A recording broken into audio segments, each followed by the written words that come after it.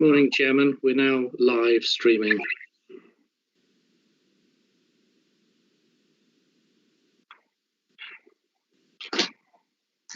I'm just getting my technology going. Good morning. I believe it's 10:30. Welcome to the virtual meeting of the Planning and Regulation Committee for Lincolnshire County Council. It's the 15th of February. This is a formal public meeting. The audio feed of this meeting is also being broadcast via the County Council's website. I'd also like to welcome members of the public who are listening to this online. Before we begin, I'd like to confirm who is present and any member changes. As you're aware, Steve Blagg retired at the last meeting. Excellent officer.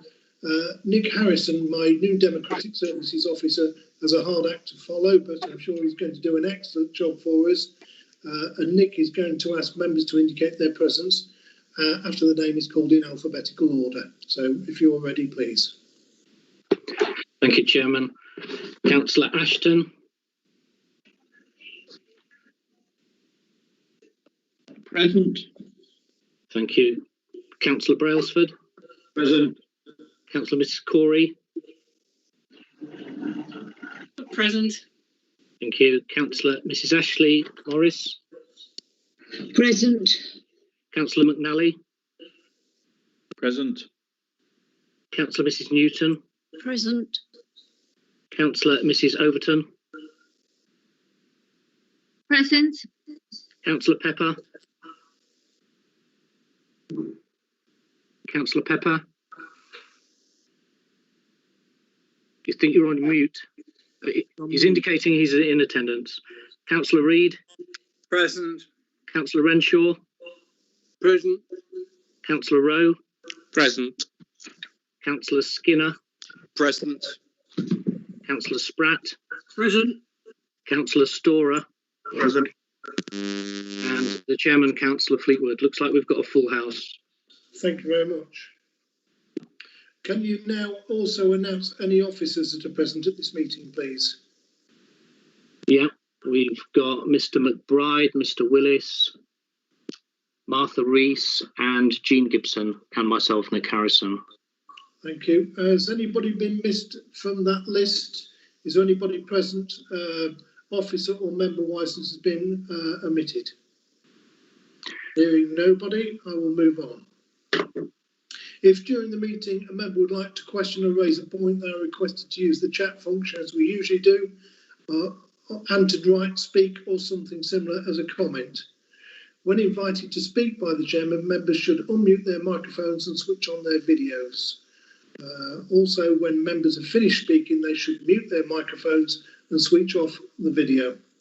Members are requested to indicate using the chat function if they are temporarily or permanently leaving the meeting. If members lose connection during the meeting, it is recommended that they end the call using the red phone icon and rejoin via the link provided. And finally, if a member does lose connection, I will pause the meeting for a period to allow that member to rejoin the meeting. If the member has not rejoined the meeting by the time the chairman recommences the meeting, the member will be treated as having left the meeting during the period of absence. So, item 1 is apologies for absence, replacement members. I think we've just confirmed that everybody is present, so therefore I believe there are none to be received. Correct, Nick? That's correct, Chairman. Thank you very much. Item 2 is declarations of council's interests. Members are reminded they only need to declare any relevant interests which have not been declared on their declaration of pecuniary interest forms. If any member would like to declare an interest, please indicate in the chat by typing speak now, please. I'm just going to whiz over onto my other screen. Yeah, Councillor Rowe has indicated. Okay, so Councillor, can you speak, please? Yeah, Mr. Chairman. Item 5.1, I need to declare an interest. My daughter lives within 200 metres of the entrance to the site, so I'll leave the meeting for that item and request that somebody lets me know when it's over. Thank you. Thank you. And just before we move on, I'm just going to do a quick connection. Councillor Pepper, are you communicating with us? Can you hear me now? I can hear you now. Excellent. So I've just picked that up out of the chat function, so I thought I'd just give you a quick comms check at that point. Okay, so I'll now move on then. So the next item is item 3, minutes. I move the minutes of the meeting of the Planning and Regulation Committee on the 18th of January as an accurate record. Can I have a seconder to my motion? And I'm going to just whiz over to my other function and see if there's anybody indicating. Councillor Pepper, I believe. Could you go online and say second, please? Yeah, happy to second, Chairman. Thank you. So on the basis of that, I am now going to go and do a roll call of members to ensure that everybody's happy. So starting off, and I'm going to do them in the same way that the minutes have been recorded. So Councillor Ashton.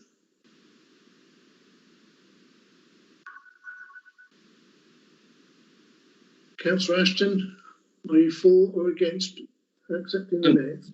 For. Thank you. Councillor Brailsford.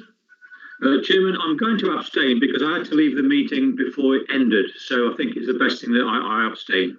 That's a fair comment, thank you. Councillor Corey. For, Chairman. Thank you. Councillor Mrs Cooper. For. Thank you.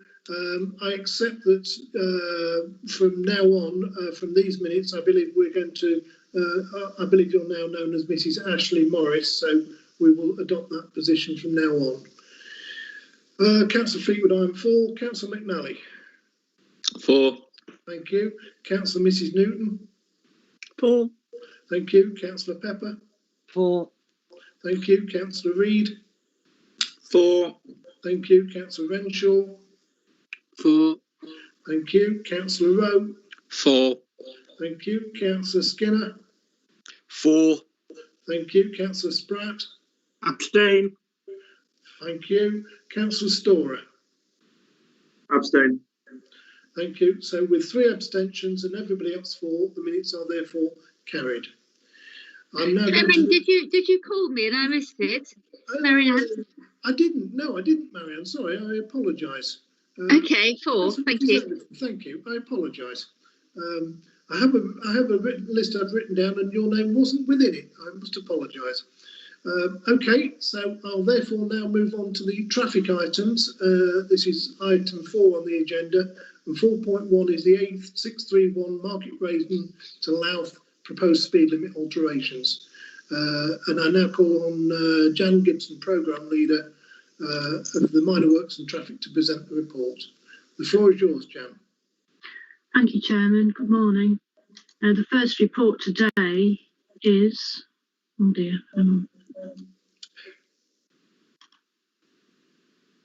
there we go. Hopefully you can see that now. Yes, we can. Thank you. First report relates to speed limit alterations on the A631 at Market Rasen to Louth. We were successful in securing funding from Safer Roads Fund a few years ago, and the purpose of the fund is to impose measures on specific routes where collisions are high in order to mitigate those figures. One of the aims of the scheme was to look at the speed limits along the routes, which we've done.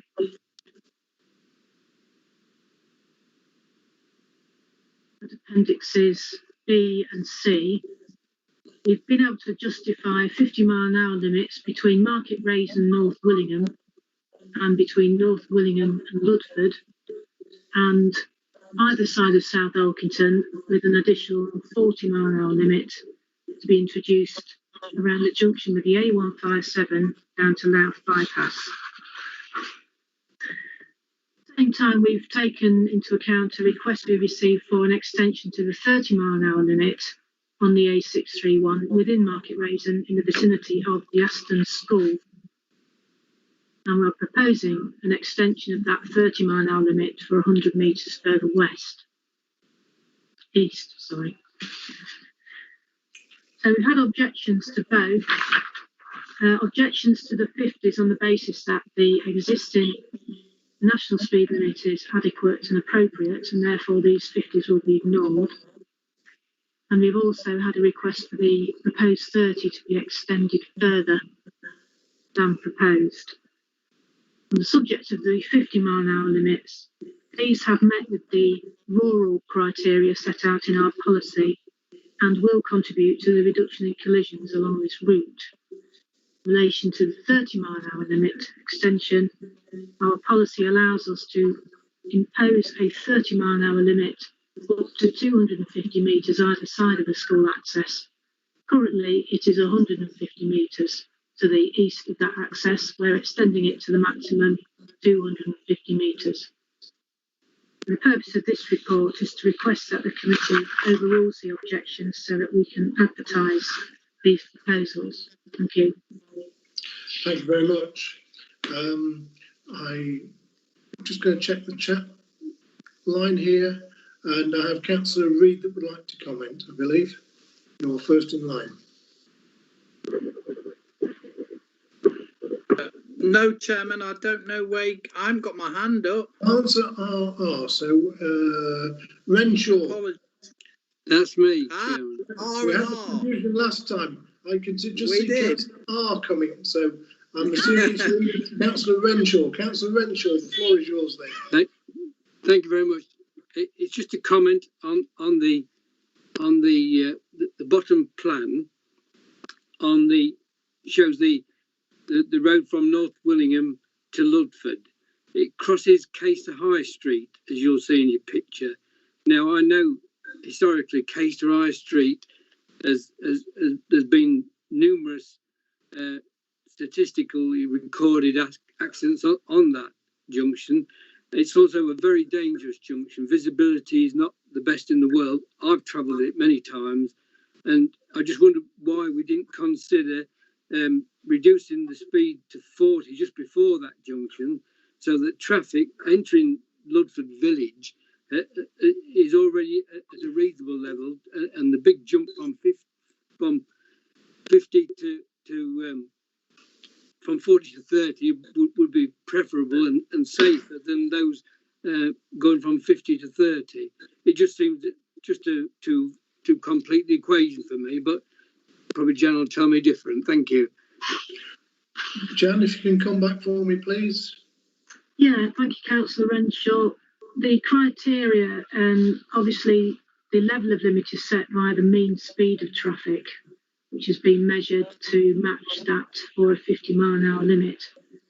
But should we impose this, there's nothing to stop us coming back to that junction in the future and reassessing the limit at that point. But for now, we can only justify a 50-mile-an-hour limit. Thank you. Thank you. Councillor Ashton, next, please.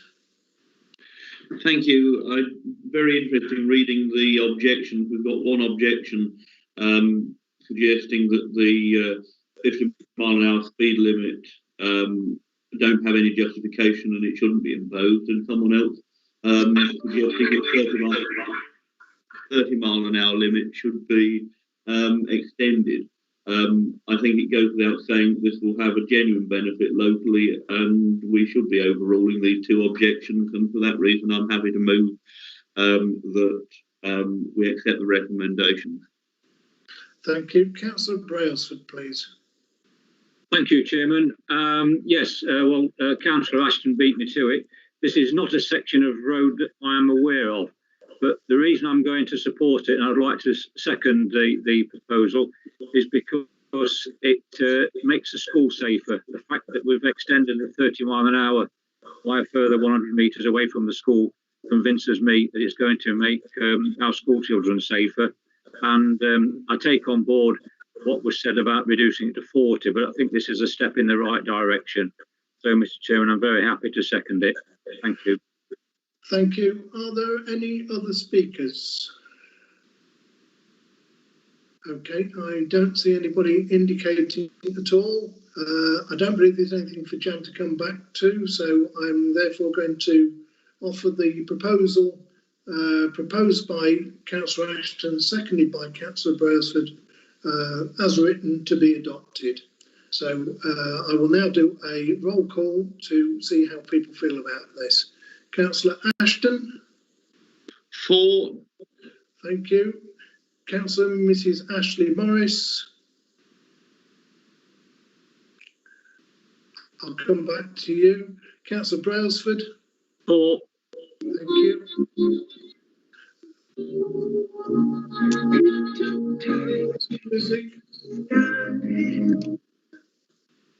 Councillor Corey. Thank you, Chairman. 4. Thank you. I'll go back to Councillor Mrs. Ashton Morris. I can see you now. Do apologise. 4. Thank you. Councillor Fleetwood, I am 4. Councillor McNally. 4. Thank you. Councillor Mrs. Newton. 4. Thank you. Councillor Mrs. Overton. 4. Thank you. Thank you. Councillor Pepper. 4. Thank you. Councillor Reid. 4, Chairman. 4. Thank you. Councillor Rowe. 4. Thank you. Councillor Skinner. 4. Thank you. Councillor Spratt. 4. Thank you. Councillor Storer. 4.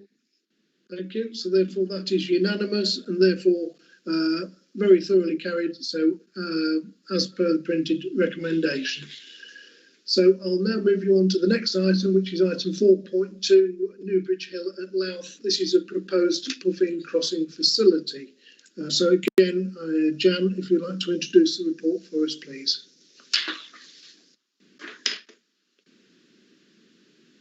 Thank you, Chairman. This relates to a proposed puffin crossing facility. We had a request for a puffin crossing on Newbridge Hill, which lies just to the northeast of the town centre, predominantly residential on the west side, business and retail on the east side.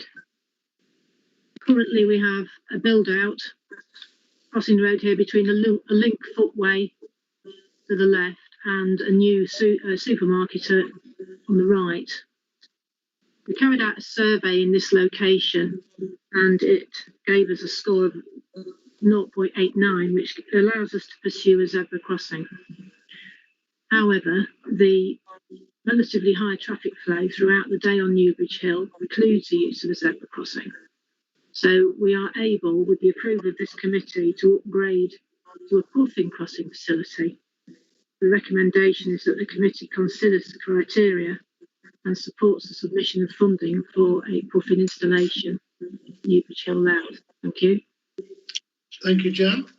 So therefore, I'm going to open this to the committee. And I'll just check and see if somebody wants to speak. Councillor McNally first. Thank you, Chairman. It is, you know, like Jan says, it is very well used. Always people trying to cross the road when you're up to the roundabout there. Quite happy to move it, but the only question I've got with the existing refuge to the south there, and there's also a refuge. It's not on the map, but it's to the north near the mini roundabout. Will they be closed off, or will they stay? And the refuge to the sorry, I've lost my mic. And the refuge to the south, if it is staying, is there any chance of putting some yellow lines quite close to it, because people seem to park quite near it at times? No, that's all, Chairman. Thank you. Jan, can you come back, please? Thank you. Yes, the existing provision of refuge will remain, and I'll log your request for us to look at waiting restrictions in that area. There's a problem there. Thank you. Thank you very much. Councillor Ashton next, please. Thank you. I know how much of a challenge it is sometimes getting facilities like this on the list for a local community. So I can't imagine any circumstances in which I would sit here and do anything other than support it. So I'm happy to second Councillor McNally. Thank you. I don't believe Jan needs to come back. Is there anybody else that wishes to speak? Otherwise, I will take it to the vote. Okay, that's a suitable time. So the recommendation is printed that the committee considers. Apologies. Is somebody wishing to speak? No, I'll give that time. So I will go back to say that the recommendation as printed, that the submission for funding for the feasibility study design and installation of a buffing crossing at this location is taken forward. Proposed by Councillor McNally, seconded by Councillor Ashton. I will now do a roll call. Councillor Ashton. 4. Thank you. Councillor Mrs. Ashley Morris. 4. Thank you. Councillor Brailsford. 4. Thank you. Councillor Corey. 4. Thank you. Councillor Fleetwood, I am 4. Councillor McNally. 4. Thank you. Councillor Mrs. Newton. 4. Thank you. Councillor Belton. 4. Thank you. Councillor Pepper. 4. Thank you. Councillor Reid. 4. Thank you. Councillor Renshaw. 4. Thank you. Councillor Rowe. 4. Thank you. Councillor Skinner. 4. Thank you. Councillor Spratt. 4. Thank you. Councillor Storer. 4. Thank you. That is unanimous. So therefore, as printed, it is carried and adopted. So the next item is item 4.3. This is the A153 at Great Lees, the proposed 30-mile-an-hour speed limit. So Jan, again, the floor is yours when you're ready. Thank you. So this is a proposed 30-mile-an-hour speed limit at Grey Lees, which just lies to the west of Sleaford. Currently, there's a 50-mile-an-hour limit in force through the area around the level crossing. Following requests for review, we carried out a speed survey which yielded a mean speed of 35 miles per hour. Members will be aware that this allows it to be considered a borderline case. So we're proposing a 30-mile-an-hour limit through this location shown in red at Appendix B. So the recommendation is that the committee approves this proposed speed limit so that we can carry out the necessary consultation for its introduction. Thank you. Thank you. I'll therefore open it to committee. I don't know if Councillor Pepper, you were wishing to speak to this application or the previous one. Yeah, this one, Chairman, if I may, just briefly. Yeah, thank you, Chairman. This one does really appear to be a borderline case, if ever I saw one. Whether it should be reduced to 40 or 30, it does seem to be falling either side of a knife edge either way. But if the recommendation is for 30, I'm happy to go along with that. And yeah, I'll support that. Okay, as you'll support it, you're not proposing it then? Oh, I'm happy to propose then, Chairman. Thank you. Right, well, I'm just checking, I'm not forcing your hand. Good point. Thank you very much. I'm quite happy to second it, in that many years ago I did meet with a councillor at this location when we were doing a site visit for something else, and the local member at the time asked me to have an impromptu meeting on the roadside to discuss the speed limit at that point. I do know the road very well. It's a fairly quick cut through, for want of a better expression. I could call it a rat run, but it is a fairly quick road. So I think that the proposed limit would be a good thing at this location. So I'm quite happy to second it. Councillor Ashton, you wish to speak? You were going to second, I know. I was going to send it, Mr. Chairman, but you beat me to it, so I've nothing more to add. Thank you. Okay, thank you. Would anybody else like to speak? Fair time then. I don't think there's anything we need to come back to on this item. So therefore, I will offer it to the meeting, proposed by Councillor Pepper, seconded by myself, that the committee approves the proposed speed limit, so the necessary consultation process brings it into effect and may be pursued. So, Councillor Ashton, how do you feel about this? The vote. 4. Thank you. Councillor Mrs. Ashley Morris. 4. Thank you. Councillor Brailsford. 4. Thank you. Councillor Corey. 4. Thank you. Councillor Fleetwood, I am 4. Councillor McNally. 4. Thank you. Councillor Mrs Newton. 4. Thank you. Councillor Mrs Overton. Come back to you, Mrs. 4. Thank you. Councillor Pepper. 4. Thank you. Councillor Reid. 4. Thank you. Councillor Renshaw. 4. Thank you. Councillor Rowe. 4. Thank you. Councillor Skinner. 4. Thank you. Councillor Spratt. 4. Thank you. Councillor Storer. 4. So, thank you. So that is therefore unanimous, and the recommendation as printed is carried. Thank you very much. So that therefore completes the traffic items. Thank you, Jan, for the brief introductions, and I think we've conducted the business well this morning. We're now going to move on to item 5, which is the county matters applications. And the first one of these is application 5.1. And at 5.1, it's the demolition of the existing animal byproducts processing plant and associated installations and construction of a new plant at Jerusalem Farm, Jerusalem Road, Skellingthorpe. Application 20-00550/CCC. So can I have an officer introduction, please? Thank you, Chairman. Good morning, members. My name's Mark Willis, and I'm the applications manager at looking after the application on this case. As you say, this is an application. It's a resubmission of a proposal by DS Developing Limited to replace the existing animal byproduct plant at Skellingthorpe. Sorry, Mr. Chairman, can I ask that people just mute their mics and get a bit of feedback, please? Thank you. Certainly. Thank you.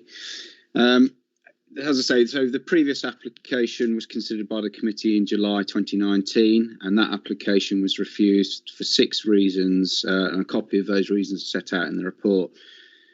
Principally, those reasons involved a failure to demonstrate a need for affordable housing that was proposed at that time as part of the project. Also, similarly, an on-site manager's dwelling. There was also failure to provide sufficient information to satisfy the council that issues in relation to odour, contaminated land and noise had been satisfactorily addressed, and also that similarly that reasonable alternatives had been considered, hadn't been considered, sorry, to justify again the housing elements. So I say this application is a revised submission. It's been revised to directly respond to the reasons for refusal that were cited the first time round. So I'll just talk through some of the slides. In terms of the locations, again, unchanged. So the proposal is for the existing Hughes site in Skellingthorpe, demarked by the red line on this plan here. As you can see, just sits to the southwest of Skellingthorpe and Doddington Village there, with the A46 just running to the east side. Noticeable changes to this scheme, and I will skim through them very quickly, are that the scheme has now removed all residential elements. So 3 of the reasons that were principally cited before have been addressed directly by removing the residential aspects of the project. Additional planting has been therefore included within this proposal to cover over effectively the area that previously been identified for housing. Similar to the previous scheme, which had been removed, there is no community hub or open space proposed as part of the scheme. And critically, the additional information to address the deficiencies that have been identified previously, in particular in relation, say, to odour, noise and contaminated land, have now been submitted.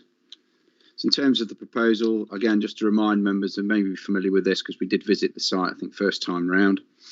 This is the existing location of the site. This is the access here off Jerusalem Road. And you can see this is the existing site. This is a plan showing it as constructed, the new plant that is. So this demarks where the new locations of plant and facility would be.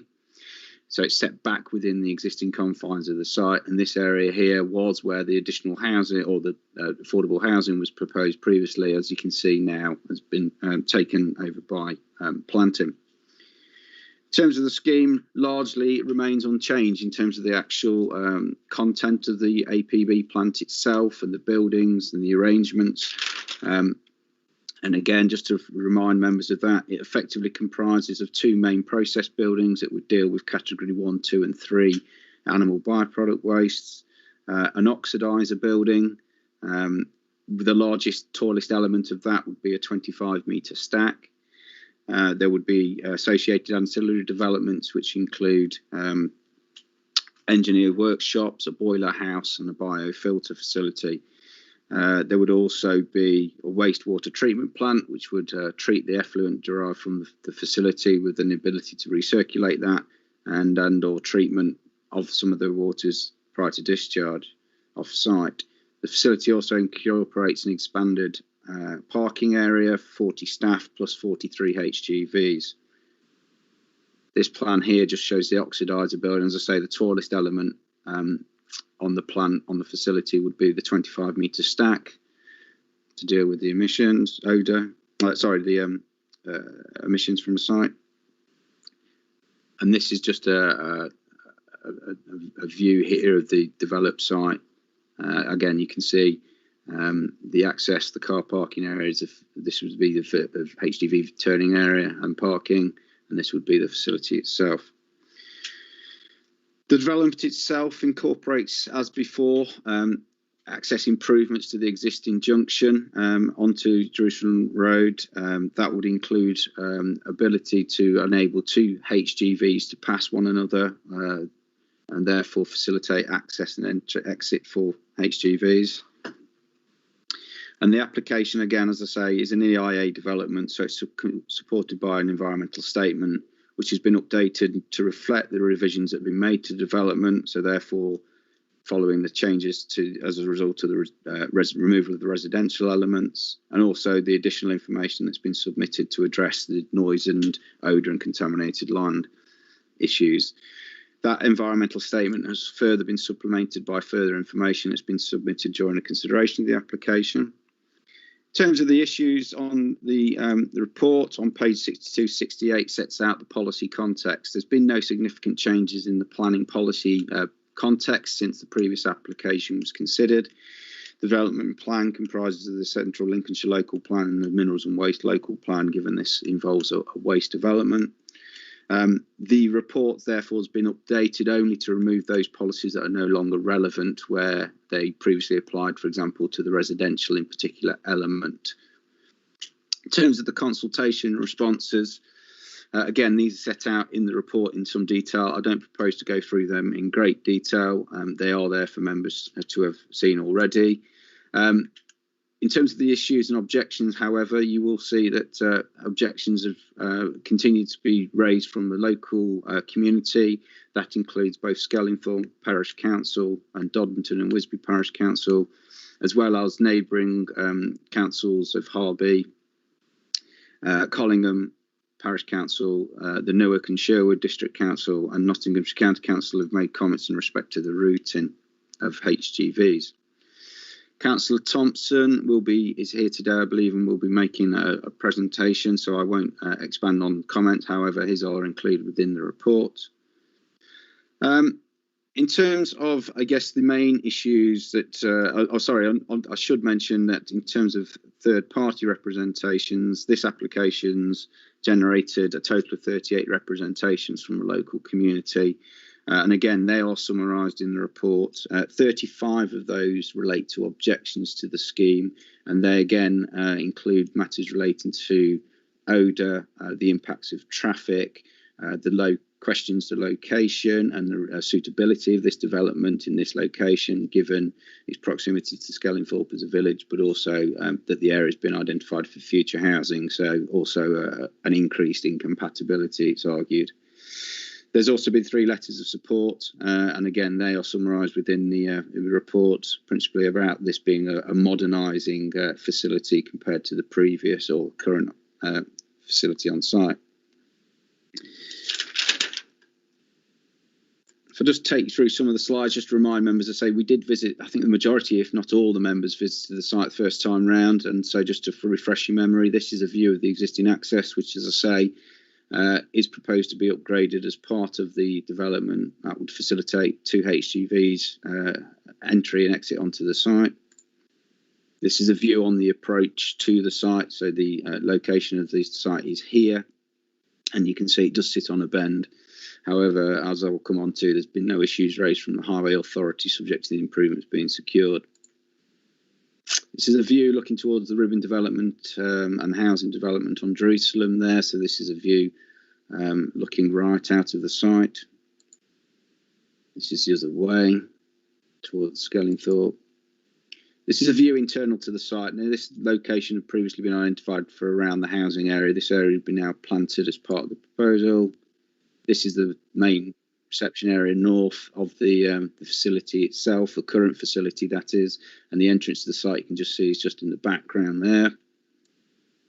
This is a view at the southern end of the site. This is roughly around the location of whereabouts the new plant would be built. This is a phased development, so the intention would be to construct the new APB plant in the first phase, and then with subsequent demolition of the existing plant once the commissioning of the new plant's been completed.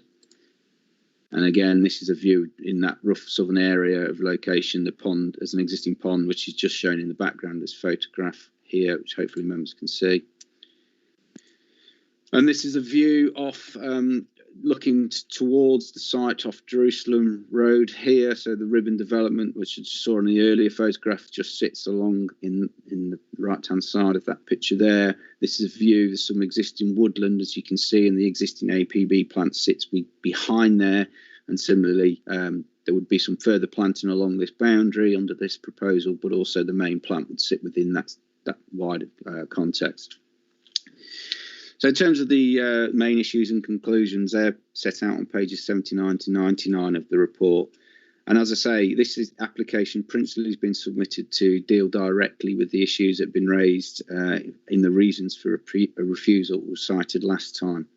So with that in mind, many of the issues that this proposal had been considered against had previously been deemed acceptable from the officer's point of view. And there's been no change in respect of those matters through this revised application, notwithstanding the comments that and the objections we received on those particular issues from, in particular, the local parish councils and third parties. However, for completeness, they are included in the report. But as I say, there's been the conclusions drawn are principally the same in respect of the acceptability of this development in terms of its location and the principle of the redevelopment, in terms of wildlife and ecology impacts, lighting, landscape and visual impacts, the historic environment and flood risk.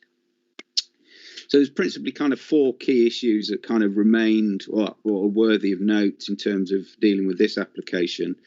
And I'll deal with those each in turn. The first one is highways, and that's principally summarised within the report on page 81, paragraphs 66 to 74. Highways was an issue that was raised in the previous application. It wasn't something that constituted a reason for refusal in the previous application. However, it is obviously a sensitive issue and remains to be so, both in this revised application. But in terms of the actual issues, as I say, similar to the conclusions drawn previously, the plant would process the same volume, estimated throughput as the existing facility, and therefore traffic movements would largely remain unchanged from the current situation. The assessment that's been done has considered the traffic movements on a worst case scenario and has proposed improvements to the highway's existing access to facilitate and improve existing visibility, but also to ease, as I say, to HGVs. No objections have been received from the Highway Authority in respect to either the suitability of that location for the access subject to the improvements, traffic numbers, and or the routing of those vehicles. As part of this proposal, the applicant has offered to and agreed to enter into a unilateral undertaking to route traffic so it does not go through Skellingthorpe and formalise an existing arrangement, thereby meaning that traffic can only approach from Jerusalem Road and Black Lane and therefore head back out towards the strategic network. So whilst the number of objections you'll see maintained within the report from local residents about traffic movements and in particular from the adjoining authorities and the parish council, it's recommended that this issue is not an issue for refusal and has been satisfactorily addressed. The first, I guess, key issue that was seeking to address one of the previous reasons for refusal was odour. The previous report application failed to adequately demonstrate that odour impacts from this development would not have an unacceptable adverse impact on the locality. This information has now been provided and further information provided as part of this application to deal with that those particular issues, and that's included looking at more information on the characteristics and the nature of the material and how that might influence odour emissions from the plant, but also additional modelling to look at the efficiency of the biofilter and therefore its ability to ensure that odour emissions don't reach, when recorded at the most sensitive receptors, the most offensive category. The applicant has submitted that information, and that information has been consulted upon both with the Environment Agency in particular, but also closely with the Environment Health Department at the North Kesteven District Council. And as you will see within the report, the District Council are satisfied that the information that's now been provided adequately deals with their previous concerns in this regard, and therefore that matter has now been resolved. Similarly, in respect of noise, a previous reason for refusal was failure to demonstrate that noise impact from this plant, the replacement plant, would not have an adverse effect. And again, this issue has been addressed by submission of additional noise monitoring information, both undertaken in February and December last year. And that's now demonstrated that in the absence of the existing plant, because this would be a replacement plant, the noise from this replacement facility would now fall within limits to ensure that the noise derived from this operation itself would be below 3 decibels the background noise levels, so it would be unlikely to give rise to any noise complaints. And again, similarly, you'll see in the report, as a consequence of that further information and assessments being undertaken, the District Council Environmental Health are satisfied now that adequate information has been submitted to demonstrate that issue, and therefore no objection to the development in terms of noise. And finally, in respect of contaminated land, again, sufficient information has now been provided as part of this revised application that now provides an additional preliminary ground contamination risk assessment looking at the totality of the site, and therefore gives enough information for us to make a reasonable assessment in terms of the risk. Part of that risk has been removed, as again, consequently, due to the revisions to removal of the residential element, means that the part of the concerns that existed previously have been directly resolved, but also the additional information gives sufficient confidence that measures can be in place to ensure that contaminated land can be adequately dealt with.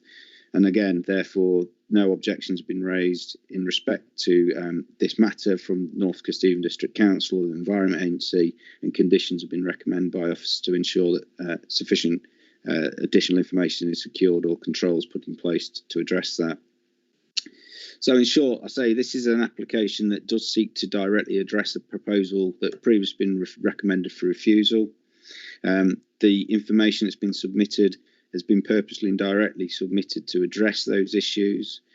The issues that have now considered that were outstanding previously have now been addressed to the satisfaction of officers and to the District Council principally, and also no objections have been raised from the main statutory consultees. So it's recommended on page 99 that the application be recommended for approval for planning permission, subject to the completion of a 106 agreement to secure the routing of HGVs to and from the site, and then subject to the 27 conditions set out in Appendix B of the report. Thank you, Chairman.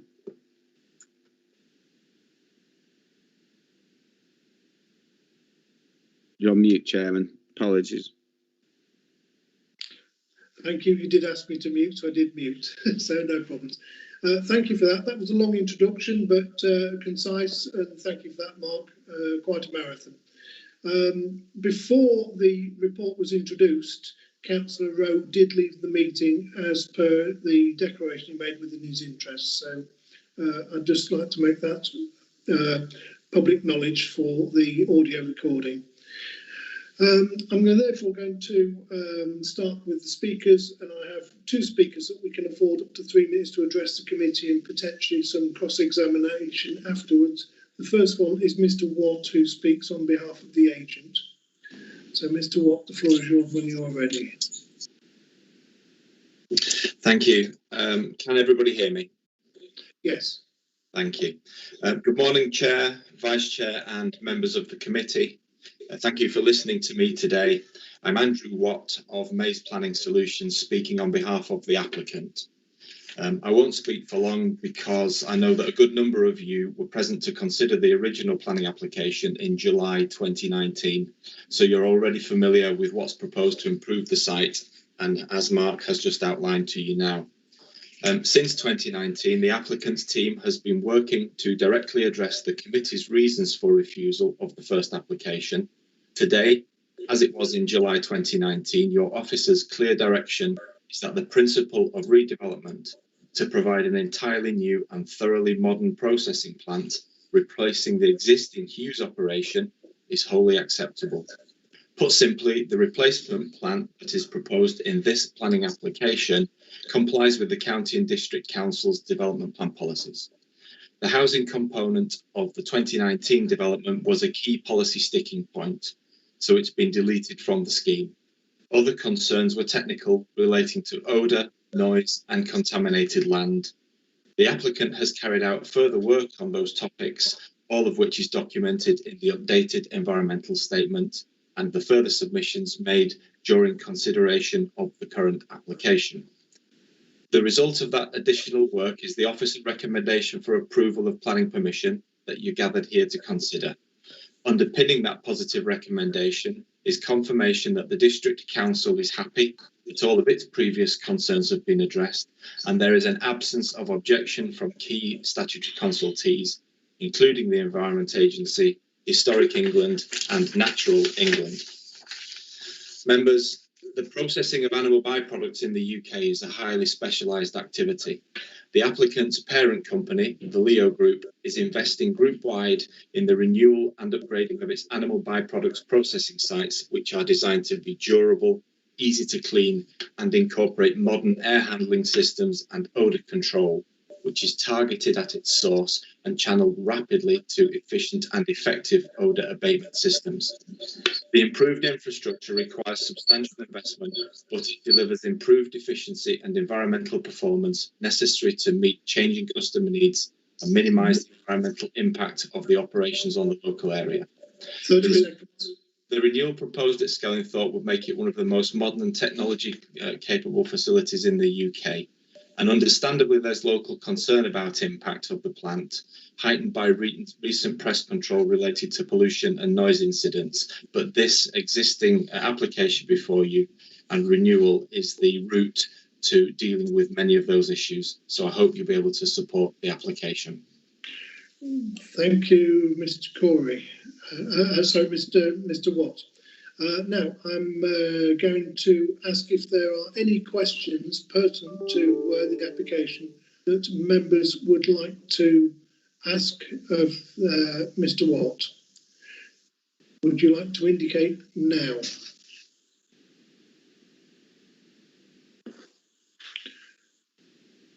So I see nobody wishing to indicate that they wish to ask a question of... I think sorry, Chairman, it's Nick Harrison. I think Councillor Corey has indicated to speak. But I think that might be to the main debate, perhaps. Yes, Okay. yes, indeed, Chairman. Yes, it was. Thank you very much. Thank you. Thank you. So hence the reason why I held fire and asked if somebody wanted to speak now with regard to a question of Mr. Watt. So I think we've given that one fair time. Thank you, Mr. Watt, for your comments there. The next speaker is Councillor Thompson, who is the local member. Again, we can afford Councillor Thompson 3 minutes to address the committee, and then the committee may wish to cross-examine. So, Councillor Thompson, when you are ready, please. Thank you, Chairman. Good morning, Chairman Committee. Thank you for the invitation to speak. I wish to declare an interest as I live in Skellingthorpe. The revised application deals with a number of technical issues, but the recommendation to approve now before you offers the opportunity to remedy problems which residents of Smelly Skelly have experienced over many years and to ensure a better future both for the village and the plant. If ignored, the well-being of local communities will continue to be adversely and perhaps increasingly affected. In my consultee comments, I refer to the site access, which is at the apex of a 90-degree bend. During public consultation, the applicant previously made an offer to explore new site access running directly from Black Lane behind Jerusalem Cottages. This is not included. I suggest it should be. I refer members to paragraph 73, which seeks to dismiss a possible routing restriction as being unreasonable and nothing has changed. And in questioning this, I submit my reasons. There have been a number of incidents where lorries have run off lost loads, had leaks of offensive material, with substantial inconvenience and damage to highways infrastructure and private property. Restrictions are already in place on a number of adjoining roads. Delay in implementing a requested TRO through Doddington Village is due to a long-standing dispute between Highways England and the County Council about the costs of signage, which has been raised with the Department of Transport by the local MP. What has changed? In 2016, Nottinghamshire County Council approved a TRO at Girton, since made permanent, and to prevent HGV traffic using the A1133 through Collingham from 7 p.m. to 7 a.m. to reduce the impact on their village residents, despite objection from Lincolnshire County Council and seemingly despite being an A-class public highway which HGVs could use. Large signs at Winthorpe A46 roundabout 6 miles away show alternative A road routes via the A46, A57, with no account being taken of the additional travel distance. Further restrictions in the Spalford area, increasing HGV traffic on Lincolnshire's rural roads and through our villages, were made permanent by Nottinghamshire County Council in October 2020, with consequent disturbance of residents, particularly at night, and road damage as reported as Fix My Street faults. I respectfully request the committee to ensure that the interests of our local communities are placed first and to take full account of the impact which HGV traffic is having in my division on village residents and on the Lincolnshire rural road network. Thank you, Chairman. Thank you, committee. Thank you very much. You had 4 seconds to spare, so that's a very good use of time, I think is a good way to put it. So, are there any questions of Councillor Thompson now, please? Seeing none, I will therefore ask Mr. Willis if he wishes to comment on the 2 previous speakers. Just a couple of points, and just to draw on the point about the alternative access arrangements Councillor Thompson mentioned, members will see there was an update that went out on Friday, which I didn't mention in the presentation, although members should have been furnished with that. That included comments from 2 district councillors, Councillor Johnson and Councillor Goldson, which raised similar issue around the access. The short answer is really this proposal does not include an alternative access proposal as part of it, similar to the previous scheme. The application does include improvements to that, as I say, the existing access, but it's and that access improvements have been deemed acceptable. So on that basis, it's not necessary for us to look at alternatives in terms of considering the application that's presented in front of us. It's not possible or appropriate to consider it as part of the application, given that this has been deemed acceptable. So there's no need for us to look at that as part of the proposal and consider the proposal in front of us on its merits. And I guess really on the other issues about restrictions that may have been put in place by an adjoining highway authority, again, nothing's changed from the Lincolnshire Highway Authority's perspective. This is a replacement facility, replacing, if you like, existing traffic with the traffic from an updated facility. It's not additional traffic. And so the justification for seeking to either restrict the routes further or put additional controls in place hasn't been met in terms of the tests that are necessary. So the proposal is, as I say, been accepted by highways. So there's no need to look further in terms of restricted routes or TROs. Thank you. Now I'm going to open it to committee, and I believe Councillor Spratt, you've indicated to speak to this application. Is that correct? That's correct. Pardon me, that's correct, Chairman. Yes, thank you. So when you are ready. Okay, thank you very much indeed, Chair. Just a few comments, if I may. First of all, unless I've missed it, I didn't notice that the City Council in Lincoln were consulted on this matter. The reason I ask that is because the smell, and this is one of the big issues, obviously, as well as the HDV and all the rest of it. But the smell doesn't just occur over Doddington and Skellingthorpe. I live in the southeast of the city, just before the Waddington boundary, and especially in summertime, there is an incredibly bad smell which comes from that plant. And I asked questions at City Council 7 or 8 years ago at least about this, and the City Council did confirm that. So really, in a way, that's almost a point of order, Chairman, if I can put that. My substantive points are these. As I would suspect that whatever happens here, the residents will not be happy. I would suspect that if this application came before as a fresh application rather than a renewal or a proposal for a new development, which is not, I would suspect we wouldn't allow it. I would suspect that the residents would be against a new proposal, obviously, as we probably would.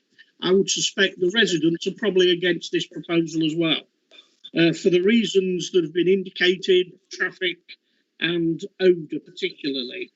And those grievances are fully understandable, but are not wholly realistic. It strikes me that the report put forward, the revised proposal, as Mark has just said, does take into account those two key issues, the traffic issue and the smell. And it was interesting that Dr. Mike talked about smelly Skelly. It's also smelly Lincoln. So really what I'm looking for, I think on the face of this, I will vote for it.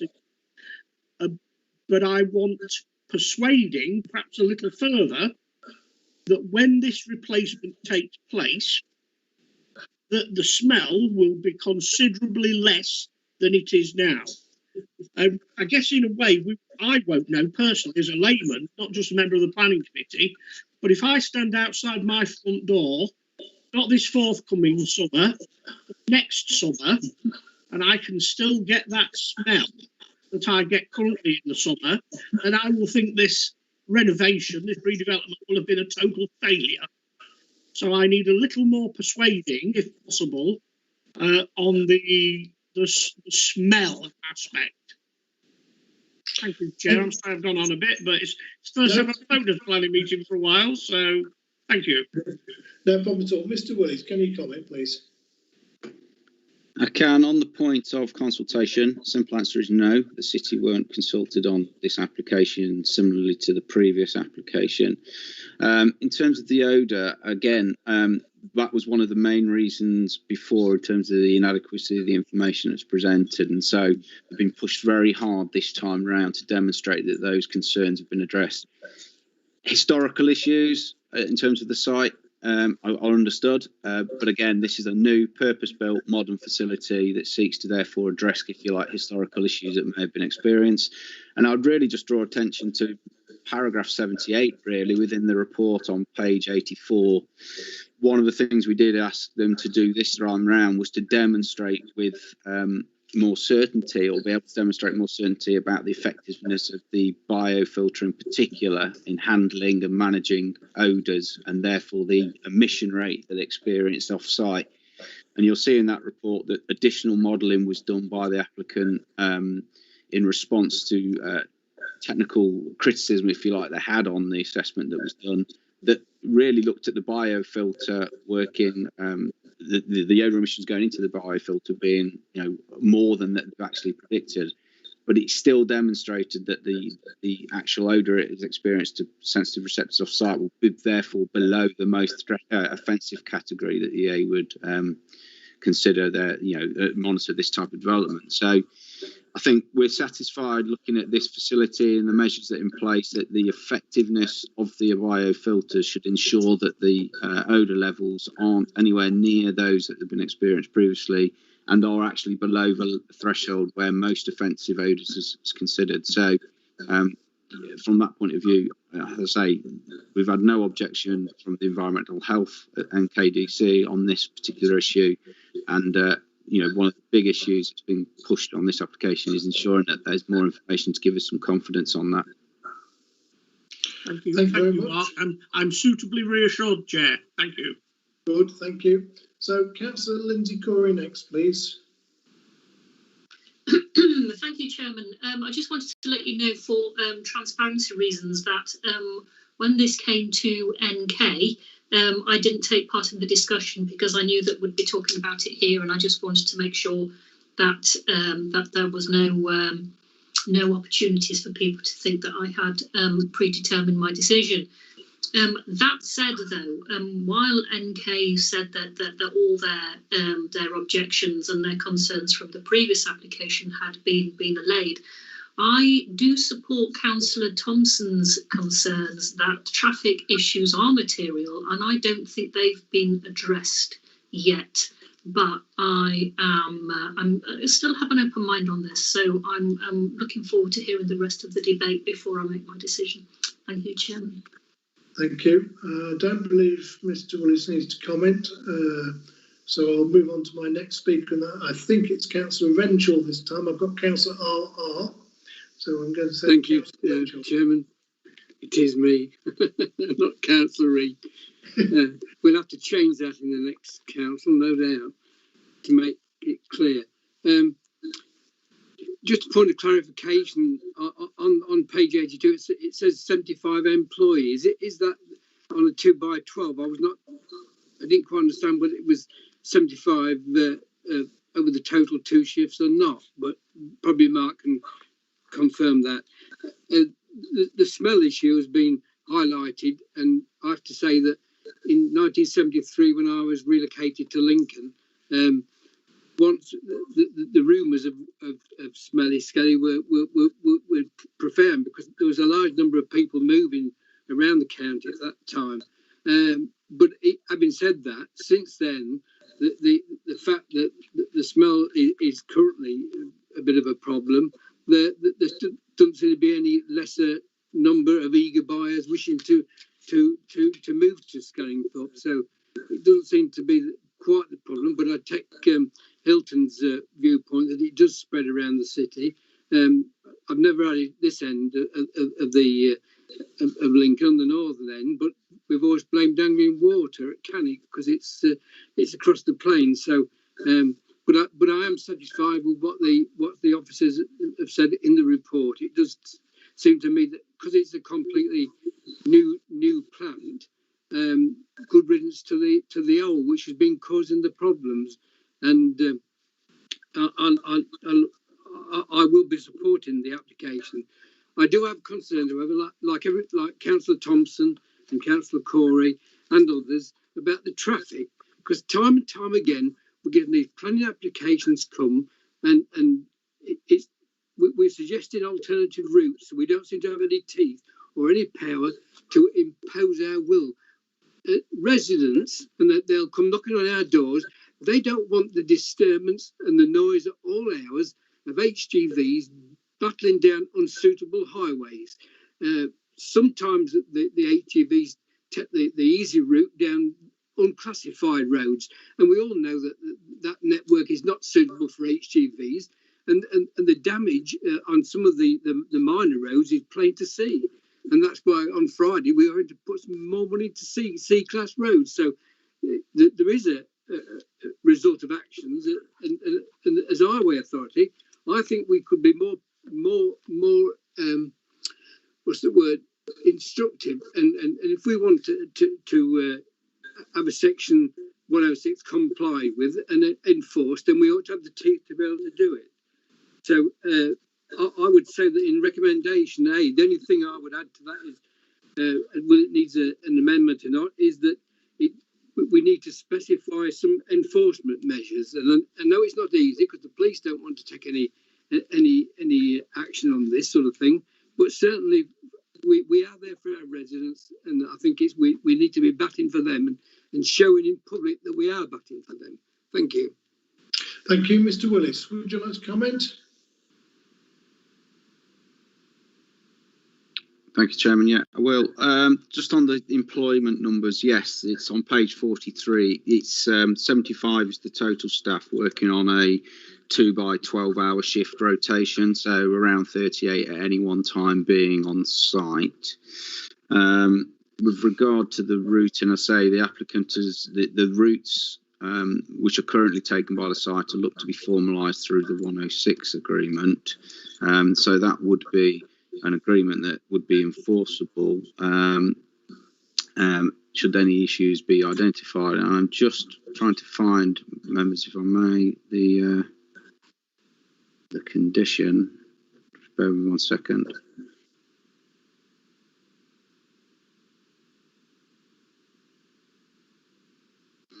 Yeah, as part of the proposal, we have got a requirement, as I say, for the access to be improved, but also you'll see in the recommendation to back up not only the routing agreement, we've also suggested a condition that would, on page 112, condition 20, that reinforces the route that vehicles should take. So it requires that those exiting the site shall turn right. So that gives certainty about the approach and leaving of the site to reaffirm the legal agreement.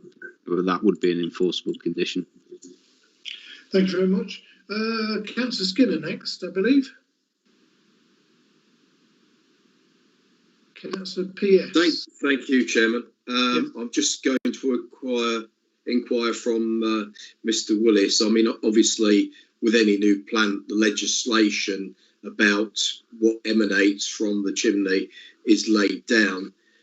We've talked about modelling. Is this new technology or is this proven technology? That's just, I'm looking for a bit of comfort there. Thank you. Yeah, so it's the information that's been used as part of this application has been modelled on an existing plant, but also then looking at the odour that arises from this facility, and it's based on a similar surrogate plant in terms of the operation itself. As I say, what's different this time round is that we've asked for further clarification to support the conclusions that were drawn last time, not only about the efficiency of that biofilter, but also the nature of the material that's going to be brought into the plant. Thank you. Thank you, Willis. I don't have anybody else wishing to speak, so I will speak now. I believe I have confidence in the officers and how they've gone through the report. We are now in 2021 and technology has moved on quite dramatically since the original plant was constructed in whatever format it was, and then different pieces have been added and cobbled on as time has gone by. So what this now gives is an opportunity for a brand new plant to be established, hopefully with all of these issues at a modern level and a modern standard. So on that basis, I am quite happy to move the recommendation as printed.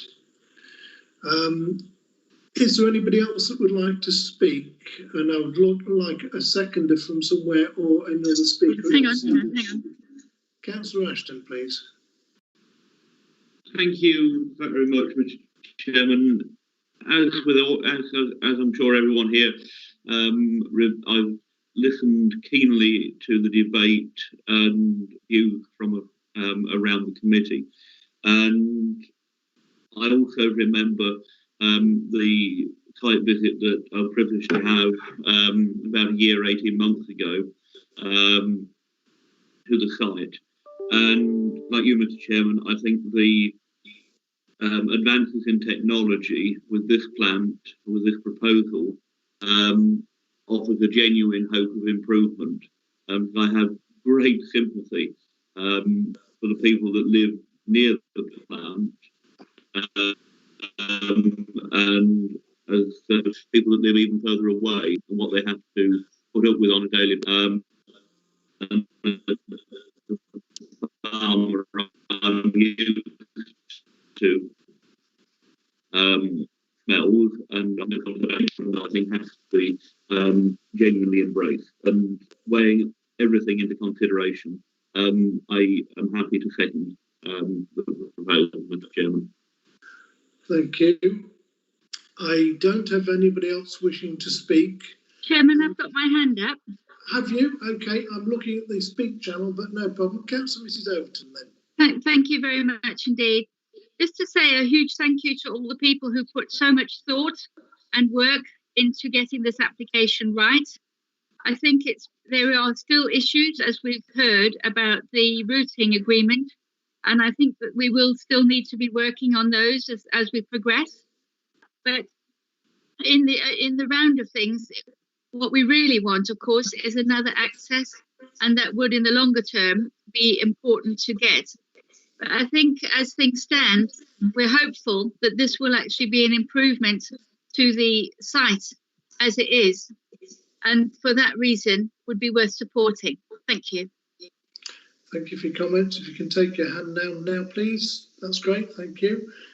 Any comments, Mr. Willis, before we move on? No, I can see you shaking your head in affirmation. Fine. Lovely.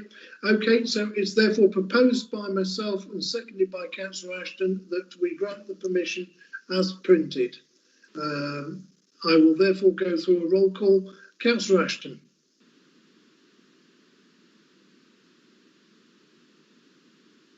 You are muted. Councillor Ashton, I'll come back to you. Councillor Mrs Ashley Morris. You are muted. You are muted, Councillor Mrs Ashley Morris.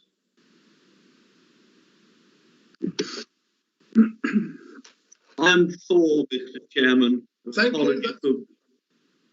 That's great. Thank you very much. So I'll now move to Councillor Mrs Ashley Morris. Sorry, we've got obviously electrical problems here. 4. Thank you. You have heard the full debate though, haven't you? Yes. Thank you.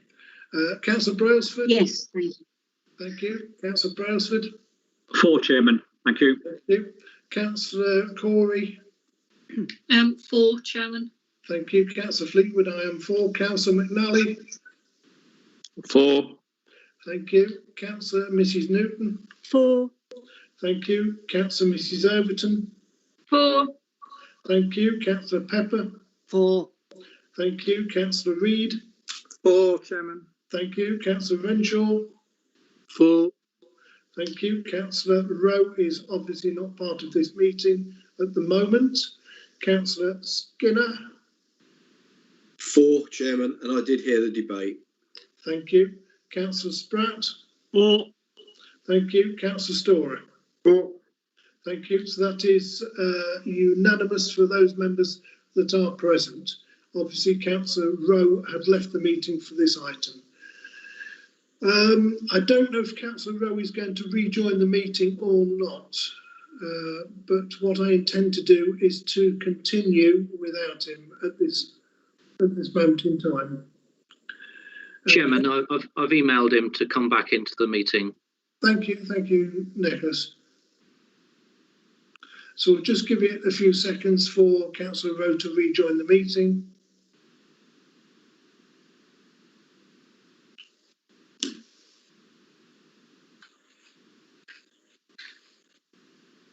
Small pause.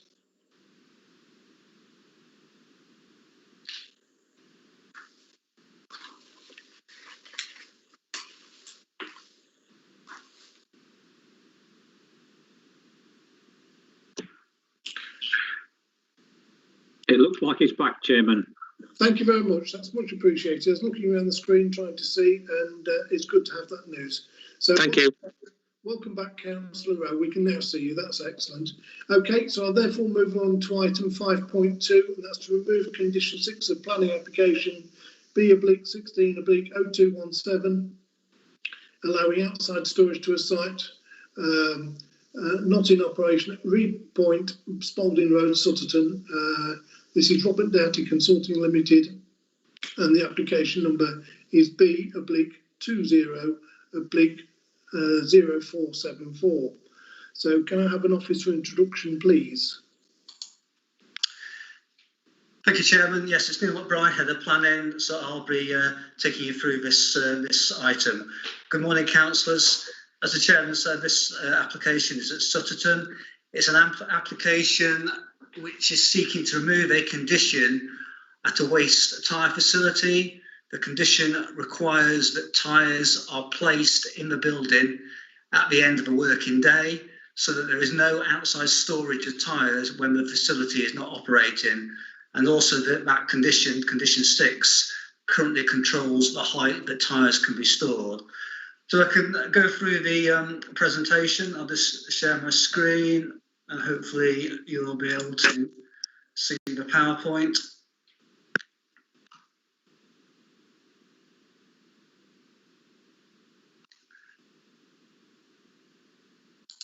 Hopefully you can see the PowerPoint. Is that? Yes. Yep.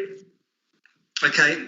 So the first slide shows the location of the application. So it's just to the south of the village of Sutterton, which is just south of Boston. And you can see that the application site is in this location here. Hopefully you can see my arrow, which is to the north of the A17. And to the west of the application site is sewage treatment works, and then to the north of the site is a number of residential developments on the southern side of the village of Sutterton. Next slide shows the application site in a bit more detail, so you can see the main building where the tyre processing takes place. Can I just pause you, Neil? Yeah. All I can see on my screen is the Sutterton headed slide, and I'm not seeing a full PowerPoint presentation. So I don't know if you're in presentation mode on your screen, but all we can see is the main first slide with half the plan visible. Oh, okay, apologies for that. On my screen, I can see the PowerPoint presentation, so I was working on... Perhaps if you can click on the individual slides on the side of the screen, that will bring them up for you. Let's go back.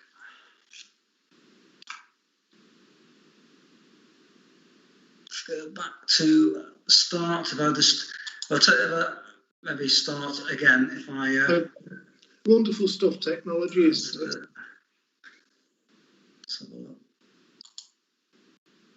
Can you see that now? I can see exactly the same as I could see before, and all I can see is the slide scrolling up and down. Hello, it's IT Spot here. If you go down to the bottom of your screen, where the little yellow box is highlighting a logo, and select the far right one, it should give you a presentation view.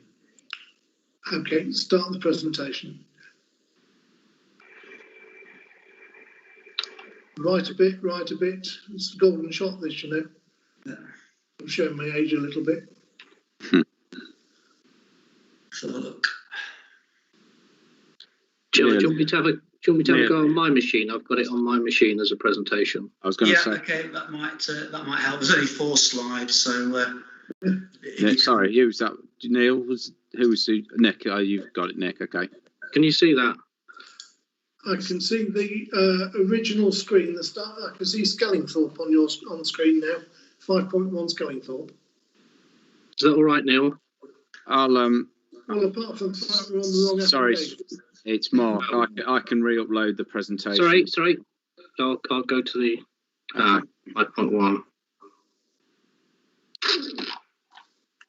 Neil, would you like me to re-upload my presentation? How about that? Can you see that now? I can see 5.2 Sutterton map on the screen. It's not full screen though. No, it's only part of the screen. Okay. And that's now zoomed into the original plan. Do you want to reload yours, Mark? Yeah, I can do. I can upload mine if you want to just close that one down there. Well, the other alternative is to click through the individual slides because the other ones appear to be landscape. So if you can, and now we can see the bulk of the next slide. If you slide that one up the screen, we can now see the picture you're trying to look to. Is everybody happy with that? Being no dissenters, we'll try and do it this way then. Okay, yeah, well, I'll quickly go through this. So this slide just shows the location of the main building where the waste tyres are processed. We can go to the next slide, please. Click on the next one. Yes, two this, places there.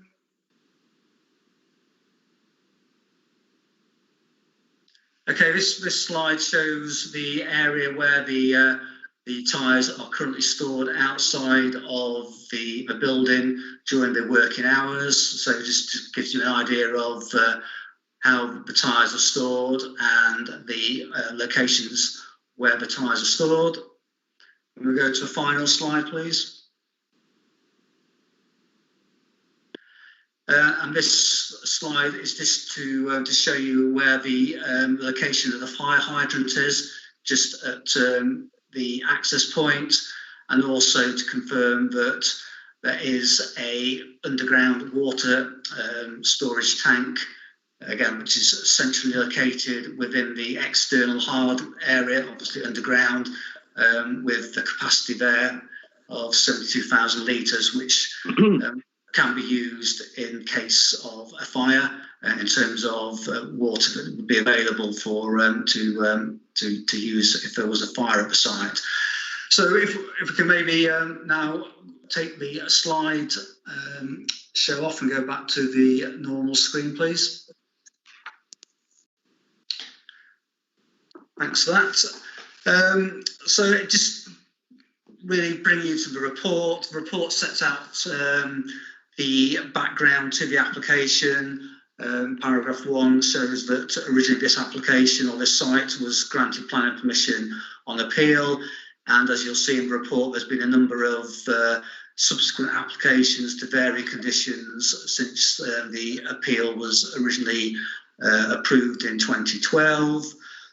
Page 118 sets out the applicant's reasons for seeking to remove condition 6.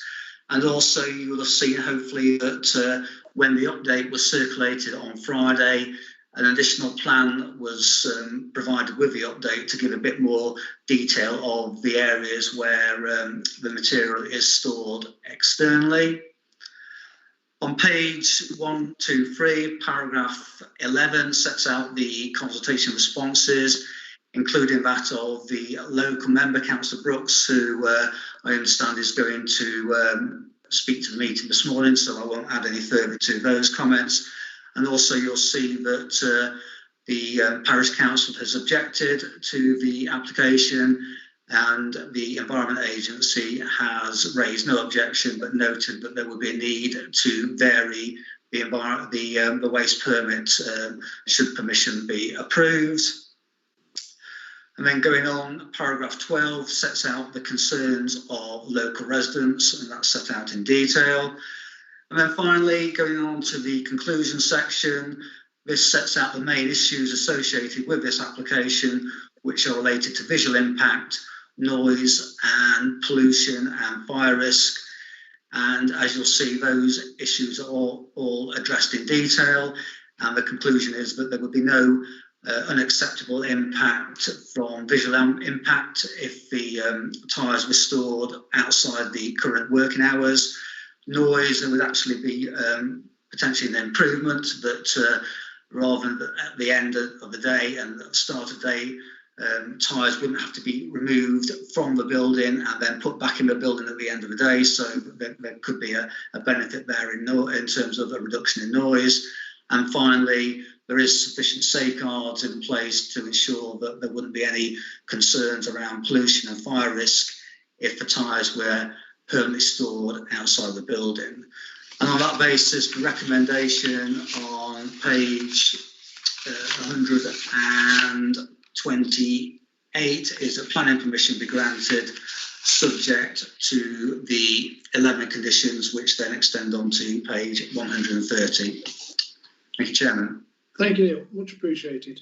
Right, with regard to speakers, I have 3 speakers effectively. The first speaker is going to be an objector, but it will be a statement read out by Nick, and the objector, I think, is David Matthews. So when you are ready, Nick, if you can start your speech, please. Thank you, Chairman. Yeah, this is from David Matthews, who's an objector. He's a retired engineer. He's unable to attend the meeting today, but asked for his statement to be read out. So here it is. I spoke at the original hearing when the planning officer promised me personally and the meeting in general that the extremely dangerous suggestion that tyres that are made of oil, very volatile, be left in the open outside working hours. In 2004, in Curtin, within 5 kilometres of the site, it was graphically demonstrated the risks, brackets Health and Safety Act 1974, and later EU directives still in English law, close brackets, are not acceptable. If anyone is killed, both the operator and the council are guilty of manslaughter.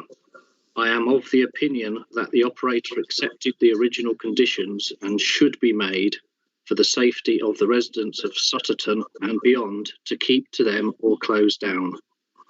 I am extra very concerned as a retired professional engineer who understands these things for both my own health and that of my neighbours, particularly like me, those who live to the east of the site with a normally prevailing west wind. That's it, Chairman. Thank you very much. Obviously, we can't offer any cross-examination with the statement. The next speaker is Mr. Lewis Smith, who I believe is the agent. Mr. Smith, we can afford up to 3 minutes for you to address the meeting, and then there might be a couple of questions from the committee with regard to the application. The floor is yours when you are ready. Thank you, Chairman. Can you hear me? Yes. Jolly good. Thank you. Thank you, members of the committee. Envirotire has now been operating from this purpose-designed site at Sutterton since 2015. During that time, the business has continued to thrive and now employs 20 local people. The operation is very straightforward in that waste tyres are brought to the site and then put in bales which are used to line landfill sites around the country. The company accepts waste tyres from surrounding district and county councils, large businesses, all the way down to the local farmer who finds that some kind soul has dumped waste tyres in a field or dike. The business provides an essential service within the county, and as long as we all continue to drive around in vehicles that require rubber tyres, there will be a need for businesses such as Envirotire. The site at Sutterton was constructed for this use from scratch, following the cessation of the former haulage use. A new building was erected and a new concrete yard constructed, under which there is a bespoke drainage system with storage that captures surface water. In the unlikely event of a fire, the fire water will be isolated from the field drains beyond the site boundary. There is a 2-metre high secure palisade fence surrounding the site, and a CCTV system is linked to 4 mobile phones to provide both security and an alarm in the unlikely event of a fire. Lincolnshire Fire and Rescue Service at Curtin has a good relationship with the applicant company to a point where organised drills are carried out at the site for training purposes. The proposal before members allows more efficient working practices in that tyre bales would not need to be taken in and out of the building at the end and start of each working day. The officer report before you also points out that there would be arguably greater impact on the nearby resident from having to operate in accordance with the condition. There are 2 dwellings at the front of the site. One is owned by my client and the other is occupied in association with an adjacent waste facility. The next nearest dwellings are some 120 metres to the north and on the other side of the building on site. Views of the site are predominantly fleeting ones from the A17, and these have the backdrop of the existing building plus the 2-metre high palisade fence to the front. Ultimately, once space is retained for vehicles to enter and leave the site in forward gear, the areas left over for storage inside the security fence are quite small. 30 seconds. The requirements to comply with Environment Agency guidelines and also impact on where the tyres and bales can be stored. The Environment Agency monitors the site as part of the approved environmental permit, and this ensures that the business operates safely and with no impact on the local environment or local residents. Thank you, Chairman. Thank you very much. You're well within time, so that's excellent. Now, is there anybody that would like to make ask a question with regard to Mr. Smith? Councillor Mrs. Overton, I believe your hand has gone up. That's correct. Thank you very much indeed. I'd like to know how much water is in that store at the moment, because you do talk about the capacity, but you've said nothing about how much is actually in there.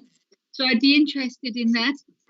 Secondly, the point about the safety, and I'm wondering if why you need quite so much of those tyres outside. Is it an increasing pile? Because obviously, according to the papers, you need space to manoeuvre, but you've apparently filled that with tyres. Can you explain that to me, please? Thank you. Mr. Smith? Yes, Chairman, thank you. The capacity of the underground tank is 72,000 litres. I can't say for certain how much is there at this present time, but it captures rainwater and is obviously there to be used to recirculate water in the event of a fire on site. In terms of the outside storage, the site isn't filled with tyres, so there is sufficient space to manoeuvre within the site.